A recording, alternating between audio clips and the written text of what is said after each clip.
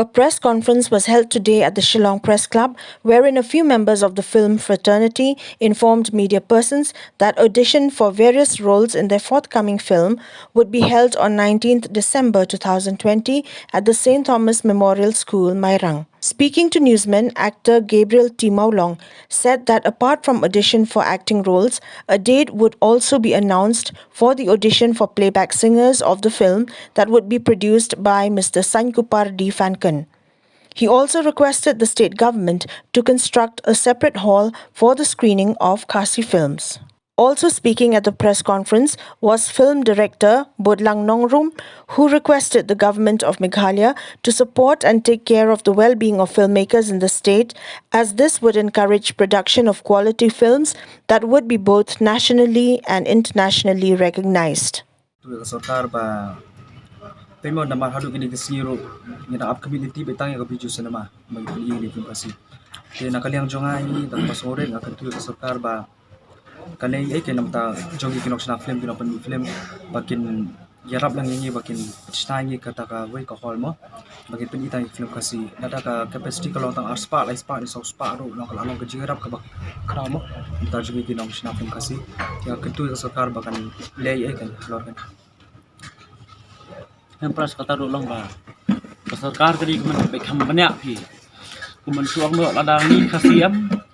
matangi don no alis tang na kadi recognize nak sarkar am akai kal kham sting dia hak bedi khasi jingi imla ada ban le ya kata ka film ko lang ban ra ya kata high quality ne good quality ban show off haki hall ne ban pen iya no bat bai kini film ro ngila ban tang omde tang po jela jingi ikwa arab kini film jing kalong out of the state ya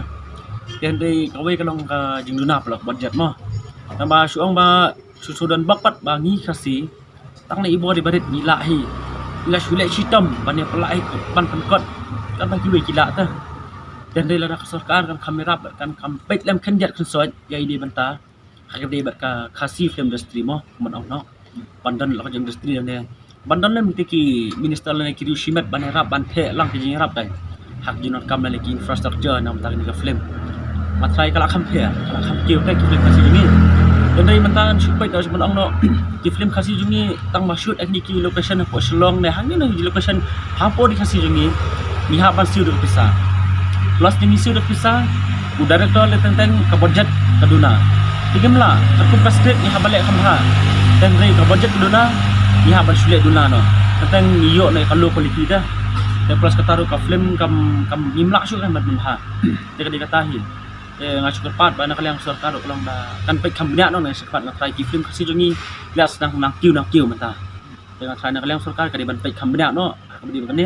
bat kan thau no la ka jong ka polisi I mean la ka jong ka industry dah bagi film kasi jongi bakin dan lam ki ban nyarap ban pe lam kemudian tai kan